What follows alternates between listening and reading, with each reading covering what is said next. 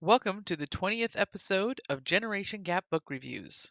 I'm Kristi, the mom. And I'm Lena, the daughter. In the very first episode we ever recorded, Yay!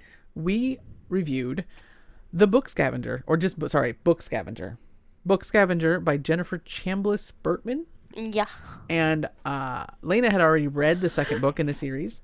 I just read it, finished it a few days ago. It's called The Unbreakable Code, same author. And I only have to caveat that because there is a book series that I've read and even reviewed so far, one of that is all of the books are written by different authors. The 39 Clues. Yes, but this is all the same author.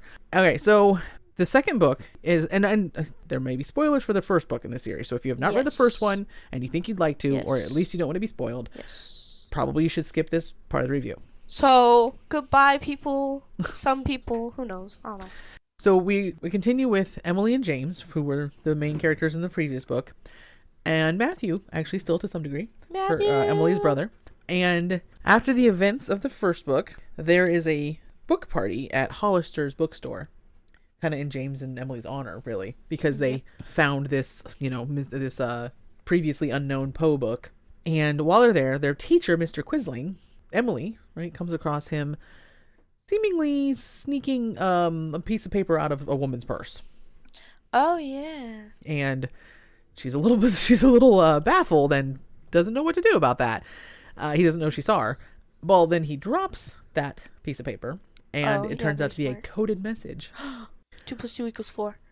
And all of this, that's not code. I know. All of this ends up leading them into a bit of a puzzle, a bit of a quest, kind of, to find out what is going on with their teacher when he has been basically finding various copies of one kind of book, Tom Sawyer, and each time that he finds a copy, because Book Scavenger, if you've read the first book, or if you listen to our review or whatever, Book Scavenger is like a game, kind of like geocaching, where people hide books and then leave clues online or like locations and puzzles and stuff like that for other people to find those books. Well, as it's through that Book Scavenger game that Mr. Quisling has been finding these Tom Sawyer copies, and some of the places that he has been involved in his quest for these books, there have been some mysterious fires. There's an arsonist! So Emily and James basically start to kind of sleuth a bit and look around and try to figure out what's going on with their teacher, and who it is he's even getting these books from, and just what's going on, basically. So that's kind of the story. Dun, dun, dun, dun. What did you like about this book? Continued relationships and like friendships and like sibling relationships. I just feel like with it more growing, and especially since Emily and James had just met in the first book and they were like learning more about each other in the second book. I love the codes, plus just puzzles in general. I love that kind of stuff. So like, yeah, there's something else I was thinking about now. I don't remember what it was. Is it the Unbreakable Code? Probably, yes. The library was cool. I kind of forgot to mention any of that in the synopsis. Yeah, there's an unbreakable code.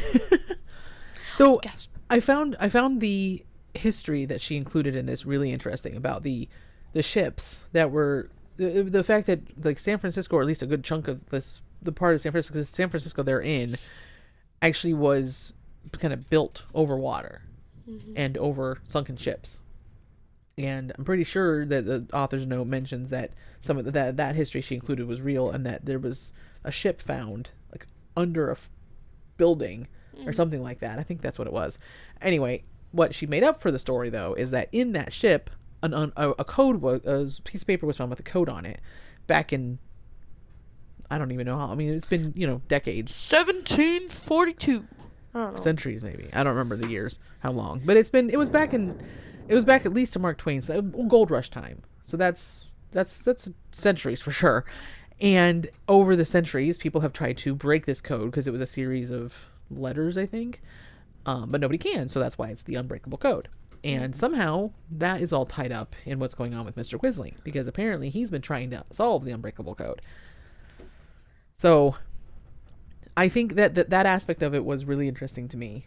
Probably my favorite aspect of it. because there were kind of almost seemed like there were two stories going on here: the Unbreakable Code side and the arsonist side. Mm. But before I that starts to lead me down a trail to what I didn't like as much about it, so I'm going to stop here for now. And what else did you like about it?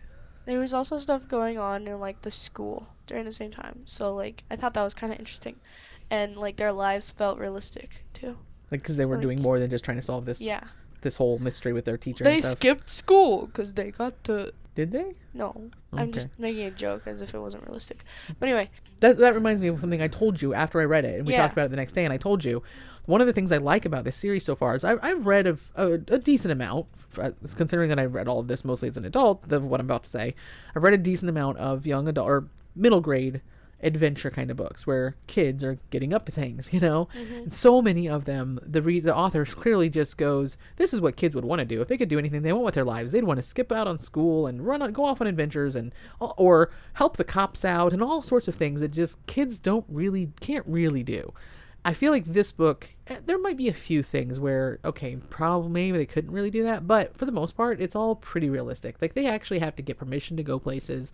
They have to take her brother Matthew along to be able to go places. They get in trouble with their teacher and have to stop what they're working on or something like that. Or, you know, they don't just get into a whole bunch of stuff that really you couldn't probably get away with as a kid. I like that about this, is that she makes this story work, and these kids actually do things in a way that they actually probably could do. What else do you like about it? I have like this weird intrigue with arson.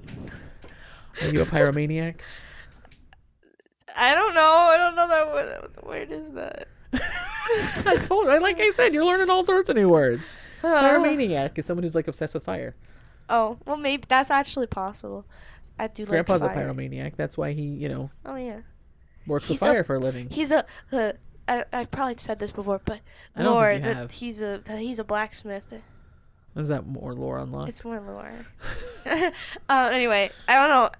Arson just has intrigued me for a while, so not in like a bad way, like I want to do it, but like I just like I think about it. You were actually today trying to get us to let you burn a book, though.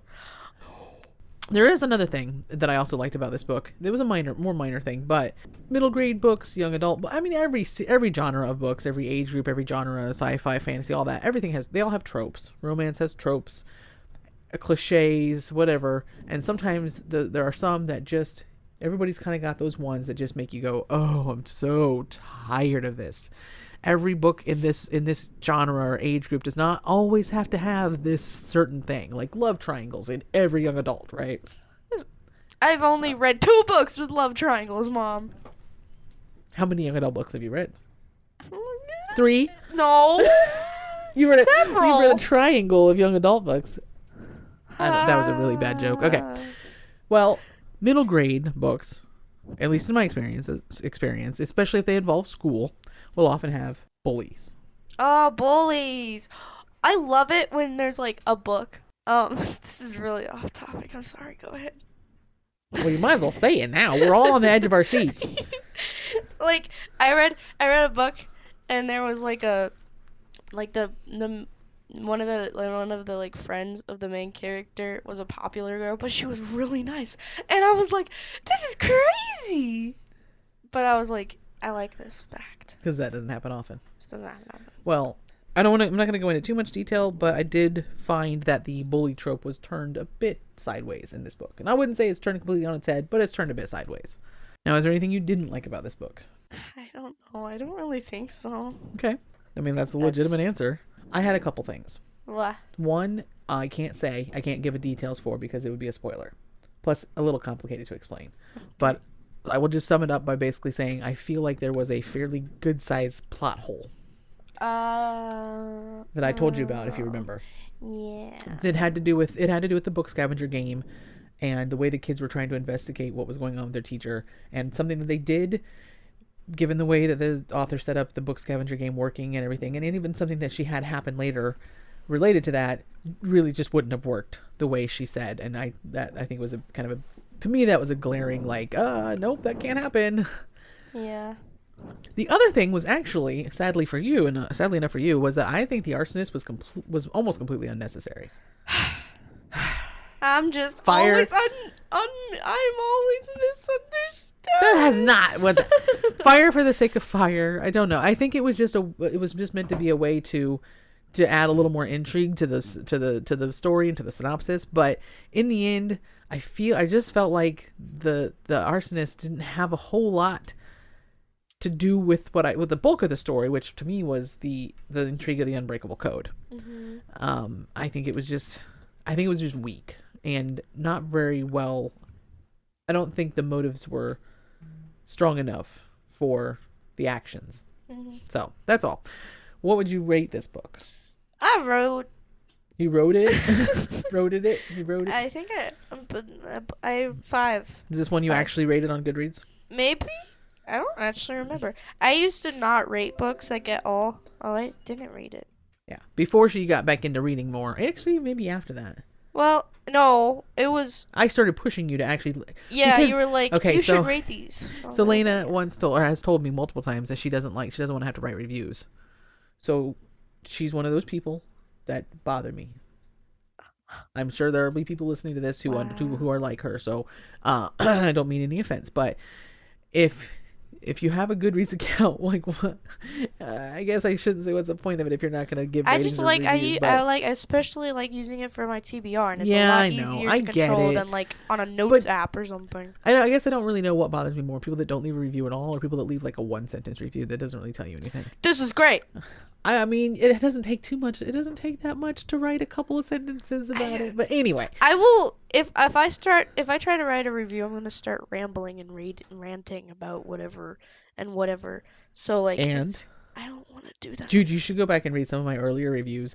The books that I didn't like, especially, I would write not pages, but I would write a lot, and then I'd be like, oh, I gotta sum this up quickly.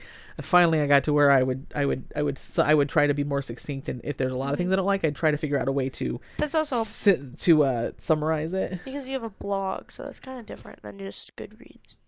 Yeah, but I put my reviews on Goodreads too. I know, but they're specifically on your blog. Anyway, I did finally tell her, you don't have to write a review to at least put a rating. I mean, that's nice to do too, is let people know what you think about it by rating it. So she has started to rate them now. Anyway. So you gave it 5 stars, or you're giving it, or would give it 5 stars. I gave it 5 stars. I cannot go higher than 4.5 because of the fact that the arsonist angle, which is kind of a big part of the book, to me fell short. But I think that I liked the book overall enough to give it 4.5 and not go as far. I haven't reviewed it yet. I haven't actually written up my review, so sometimes I don't solidify my rating in my mind until I write the review on my blog. I think it'll be 4.5 stars. That's less than Book Scavenger, right? Yeah, Book Scavenger was a solid 5 stars. I really liked it. I didn't remember having anything bad to say about that book. So that's it for this book.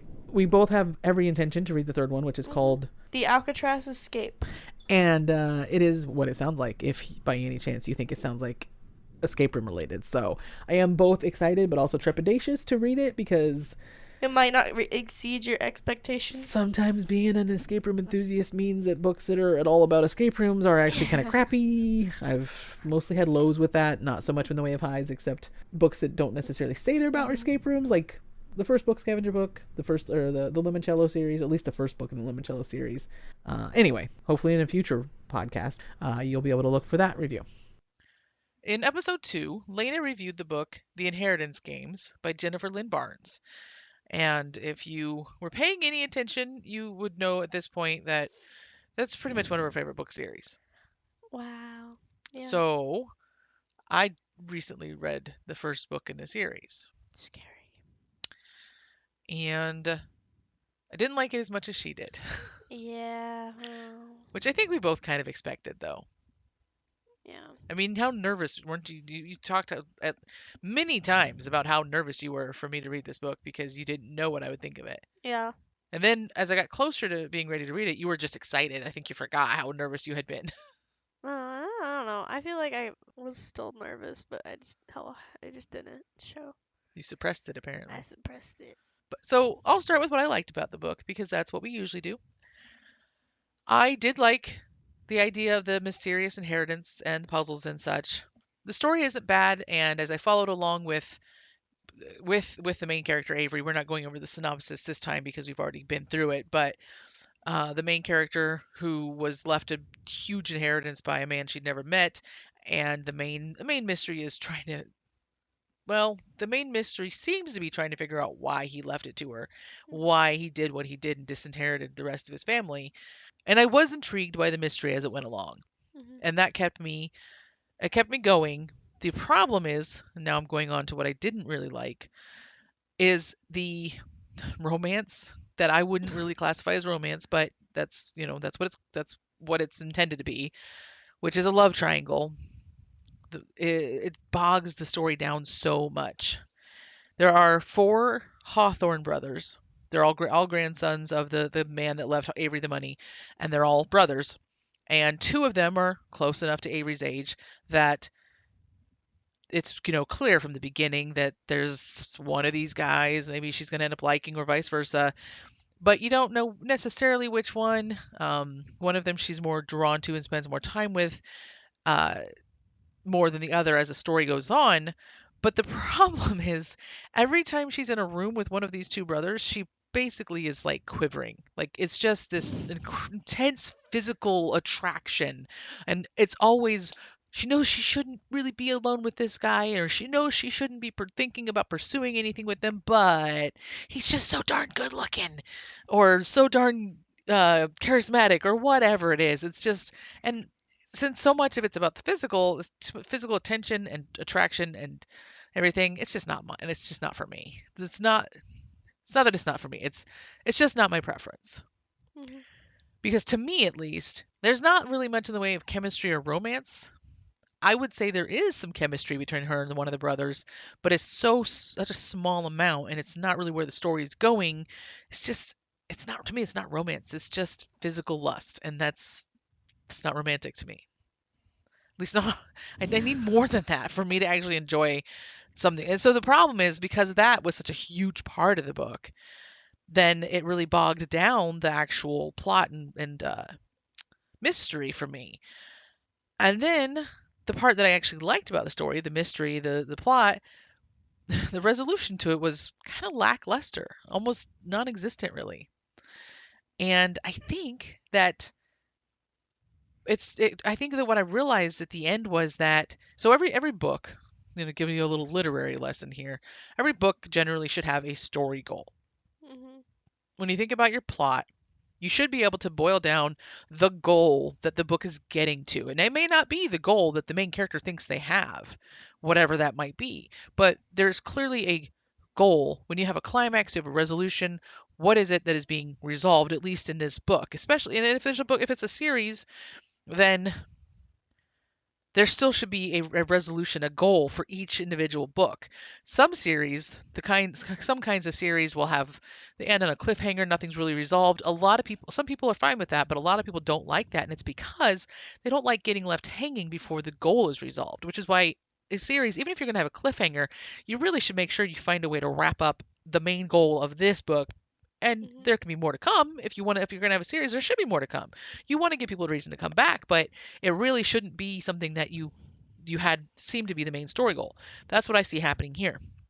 What seems to be the main story goal in this book does not get resolved. Instead, it turns out that there's sort of another second, what I thought was secondary story goal, that by the end of the book it's clear was really the main one. So I think it's a fault with the plotting that left me feeling unfulfilled. Mhm. So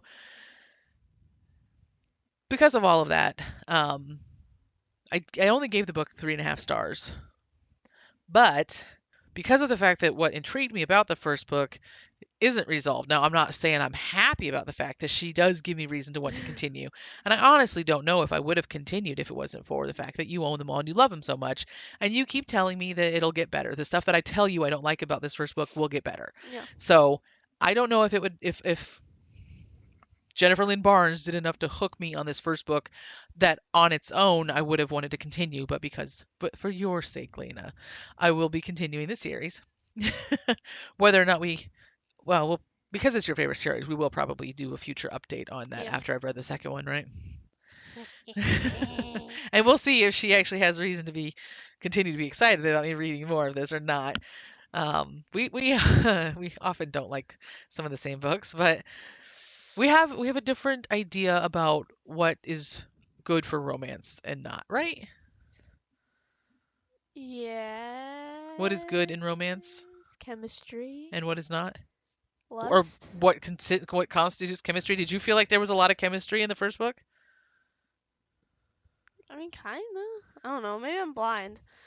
Wait. Ultimate question. So far, who's your favorite brother? I don't. Xander. I approve. I approve. I love Xander so much. I don't mind Nash? Nash. Yeah. I don't He's a mind Nash cowboy. because while I don't necessarily love the whole, it sounds like he just hooks up with women all the time. Part of him, they follow him home like puppy dogs. Oh, Outside yeah. of that, he seemed like a really protective, nice guy. I'm not gonna say much, but there was something happening there that I was okay with. But Xander, I mean, I don't remember if I ever actually told us how old he was. I think he was maybe 16. was he 16? That's what I imagined him. Actually, I kind of imagined him as like 13 at some points because he Oh, acted 'cause that he way. act. Oh, that's part of why Um, I like him but so I think just much. the fact that he seems so much like he's just outside of all of the drama, at least most at least most of the book he acts that way. That's why I was able to enjoy his personality more, I think. So It kind of ends on a cliffhanger, doesn't it? I think I mentioned that, yeah. Well, I don't know if I mentioned that. I mentioned other books that end on cliffhangers. It does end on a cliffhanger, which is what I talk about when I say that she didn't resolve Yeah. the main what seemed like the main story goal, and it does leave more coming for that. Yeah. That's all I have to say about the Inheritance Games book. In episode 2, I reviewed The Seat Beside Me by Nancy Moser. Moser, I don't know which. And in the time since then, now Lena has read the book, so we're going to see what she thought of it. Yep. So, Lena, Hi. what did you like about the book? I really enjoyed the character development that went on with like almost all the main characters in the book because it was like really intriguing, and they had like the different POVs was all interesting. They all had like real problems, you know? Like it wasn't nobody was like like the perfect Christian or like anything like that. They all had issues. They all had problems. That's interesting. I don't think I mentioned that when I reviewed it. But not everybody in the book is a Christian, but the ones who are, they're all very flawed. Mhm. Like they have things to work through. They're not perfect Christians who are just fixing things for people around them by any means. Mhm. Which is like cuz like people like to say things like, "Oh, you're a Christian, so you're perfect, right?" And you're like, "No. Just cuz I'm a Christian doesn't mean I'm perfect. You crazy?" Anyway. Oh, I don't know. The way that she depicts Christianity in the story was also really good, and there were a lot of things being said in the book that I was just like, wow, it makes you think, you know what I mean? It was also a very emotional. I think I cried. Oh, let's see. I didn't keep track of. I probably like cried like 5 times during like the first three Episodes? chapters. Oh. and then and then 5 times within like the last 2 episodes. Mom, You started saying it in the first place. the the It wasn't last my two fault. chapters, and then probably like in between that maybe like 2 to 3 times, probably more 3. But I'm also a very emotional person, so I am not a very emotional person, and I cried during that book. Not as many times as you, but Yeah. still, I definitely teared up a fair amount. It was an emotional book. the issue I had during the first part of the first chapter, so I'm just like, oh my gosh, some of these people are gonna die. I was just like really sad because I was like, I don't know who it's gonna be yet. Oh, I don't know for sure who it's gonna be yet. Is there anything you didn't like about it? Didn't like, I mean, it's not the book, but it's like someone where there was a character and like his storyline. I just was like, I don't like you, dude. But then there was a character in his storyline that when she came to play, I was like, yeah, she puts him in a place. So I really Puts him in a liked her. place? Puts him into place. You mean like she puts him in his place? Yeah, puts him in his Okay. place. And then I was just like, okay, I already like her. So it wasn't. So But like you said, it's not necessarily something that was bad with the book. no. It was written that way intentionally, which means it's actually the author did it well. She did a good Yeah. job of making you not like that character. They all had different voices, which was really good. Yeah, I'm always a little leery of a book that has many POV Oh yeah. changes, but this one I didn't really struggle with it. Yeah, it was very interesting. So you liked it? Yeah. How many stars would you give it out of 5? 5. I gave it 5, which is I feel like very common in my book world, but that's okay. I easily enjoy books. I would prefer to be someone who easily enjoyed books. I don't like to always be all curmudgeonly about books. Because you're always judging them. I can't help it. Maybe it's the writer in me. I don't know. Anyway, so who would you recommend it to? Christians. And So everybody that's a Christian. everybody is a Christian, especially new. I feel like new people new. Babies? No, Those are new people. people new in the faith, especially because I feel like I want to recommend it to my friend, but she reads like vastly different books, so she will never read this book. Maybe you could read this one out loud to her. I told her it's emotional. She's like, yeah, I can't read that. And so that was one of the biggest No. issues. So like, She doesn't like emotions. she hates emotions. She doesn't want to cry. But anyway, but it's also one thing that would be an issue if you cry like very, very easily. Oh Which- yeah, you would have to have a box of tissues You'd have to, next to you for this yeah, book. or just bring tissues every time you read the book. Like if you go like to a public space, you gotta take the tissues, people. Take the tissues. Is there anything else you want to say about it? It was a good book, and when I finished it at like 11:30 the other night. We don't talk about that though. We finished it at like 11:30. I had to put it down and just kind of be like, man, it's over now. It's kind of crazy, you You know? couldn't put it down by the time you got that close to the end. could ya? Yeah, cause I had to read like 2 chapters, and they're pretty long chapters. No, that's a recommendation in itself. Oh yeah, I could have put it down engaging. Yeah, definitely. In episode 4, we reviewed together On the Edge of the Dark Sea of Darkness, the first book in the Wingfeather Saga by Andrew Peterson. And guess what? I'm not sick this time, so I actually get to talk about Northrop Eaton. Book 2. Book 2, yeah. Which we've both read several times. I just recently, like literally today, finished listening to the audiobook for at least the second time, maybe third if you count him reading through it and listening. Anyway, we already went through the story of how we came across this series and listened to him read it and everything. So we're just going to dive right into the synopsis. Synopsis. Do you want to do it or want me to? I don't have like it up or anything. Do you not remember what it's about? They go north, because if not, they'd be eaten. And that covers it all. To be wrapped. Well, okay, so the first thing actually we should say is that this may or may not include spoilers for the first book in the series. So if you have not read or listened to it and you want to, you might just want to skip this review. I'm not saying for sure I am probably going to spoil it, because the first thing I'm going to say is this book picks up right where the first one left off, which is that after they had just killed a bunch of fangs and are basically now going to be hunted by the fangs, and so they're trying to get out of Dodge, aka Glipwood. Yep. They start at Pete's treehouse. And they're in Pete's treehouse to start with. Yeah. And yeah, so the overall synopsis is essentially that they are making their way north, because north is cold, and fangs, because they're like lizard-like. Green lizard fangs. What? Fangs are green lizard type things, and they don't do well in the cold. Yeah, I was gonna say green lizard fangs cannot go into the cold. And yeah, I mean that's pretty much it. I mean they yeah. Toothy cow. Yeah. So Lena, what do you enjoy about this book? What do I enjoy about it? Well, it's my favorite series, so like I feel like the overall story is pretty good. And the action in this isn't too bad. There are some like aspects of the action that I didn't enjoy as much, that I don't enjoy as much, because I'm just like, it's not my favorite. These like, yeah. But it's, good characters that I enjoyed in the first book. Things that happened and are revealed in this book that I think make me like it a lot more, So, Why am I blanking?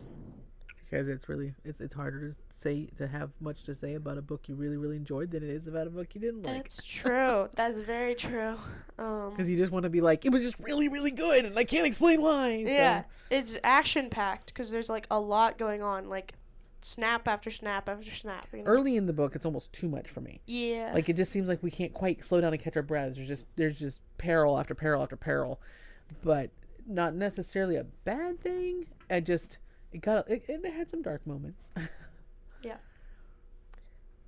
What I about can take you? over. Okay, I was gonna say I can take over. Yeah. What about you? Okay, so the first book kind of sets up the world. Yeah. And these characters reveals them to be, the wings of an era. The wings of an era. The jewels of an era.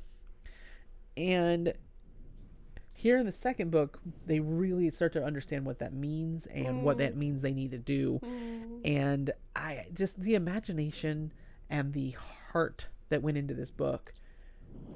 I love the names of different like animals and foods and stuff. They're just made up and just hilarious. Andrew Peterson's he's got a pretty good imagination. Pretty creative. Yeah. And yeah, there's betrayal and victory, and some of my favorite moments in the entire series happened in this book. There's the introduction of a new character who I'm going to go ahead and name because I don't think it's a spoiler to say what his name is. The Florid Sword. He's a lot of fun. And the characters actually get separated in this book, and just the different paths that different ones of them go down are emotional. Yeah, just really good. I mean, so what I mentioned earlier that it was almost like the action. It's really early in the book that it seems like it's just peril after peril, and then they sort of get. It's still early enough in the book. I don't think it's too much of a spoiler to say they started to get free. They get a little bit of chance to catch their breath finally, and then things go even worse. But there's a point. There's early in the book. I just know that I'm usually kind of hanging in there, which I realize makes it sound like I don't like it, and it's more just that there's. I know it's happening, and it's not as engaging early in the book when I've already read it a few times. But it doesn't take long till we get to a point where everything kind of shifts, and then from that point to the end, maybe by the time that they actually get separated, it is engaging and exciting, and I don't feel like I'm hanging in there for anything. Well, hanging in there until I get to some of the amazing scenes near the end, maybe. And actually, there's an epic moment with my favorite character in the series in this book. So that's one of the moments I mentioned that some of my favorite moments happen in this book. That's one of them. But I'm not going to say what it is, of course. That moment we shall call Jack. I don't know. We're going to refer back to it enough to give it a name. Yeah, probably. But okay. And then, is there anything about this book you didn't like? I guess I've already kind of expressed what I would say I didn't like, which is that early action that I struggled with. But I feel like it's hard to think about like what I didn't like about it because so much kind of happened in the book. So like it's kind of hard to like pinpoint if there was anything I didn't really like. I mean, I always say like some characters I didn't like, but that's just good writing. So like the Fangs, you didn't like the Fangs. Well, duh. But like other human characters. Human characters? I don't know. I don't really know. I can't really say. It's okay to say there really wasn't anything you can think of Yeah. that you didn't like, I can't really think of considering how much we like this series. Yeah. And how many stars do you give it? 5. I mean, so do I. I mean, I even though I said I had a few things that I didn't like as much, I still give it 5 stars, which means that those things I mentioned are not that big of a deal to me. I don't let those things detract from the book because the book is so good. I mean, even like when you think about it, there's only a small amount of time in this book, and yeah, I feel like Janner really grows up and changes. Yeah, I know, right? Even Lily, there's so much happening. Kind of comes into her own more in this book. She's not in it that much, but she's still Tink has his own issues. But all right, and I mean, I don't think we need to give any new recommendations to the second book in the series we've already talked about. So I think that's pretty much it for this update. Yay! Well, that wraps up our first update episode, and this also ends season 1. We have no reason to do it that way. The seasons are actually completely arbitrary, but our next episode will be the first episode of season 2. Yay! Join us next time when we are going to be reviewing Hangman's Curse by Frank Peretti. Until next time, I'm Kristi. And I'm Lena. And this is Generation Gap Book Reviews.